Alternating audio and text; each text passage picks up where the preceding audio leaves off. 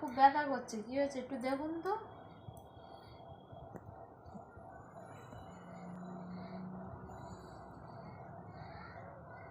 একটু না সর্দি কাশি হয়েছে।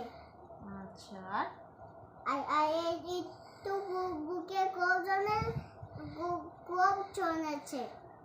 কফ জমেছে। আর কি হয়েছে? একটু সর্দি কাশি। আচ্ছা, আমার না ডাল খেলে না শুধু কেমন ঢেকুর ওঠে, ওটা কি অ্যাসিড হয়? হ্যাঁ। আচ্ছা, একটু ওষুধ দিন তো। ওষুধ?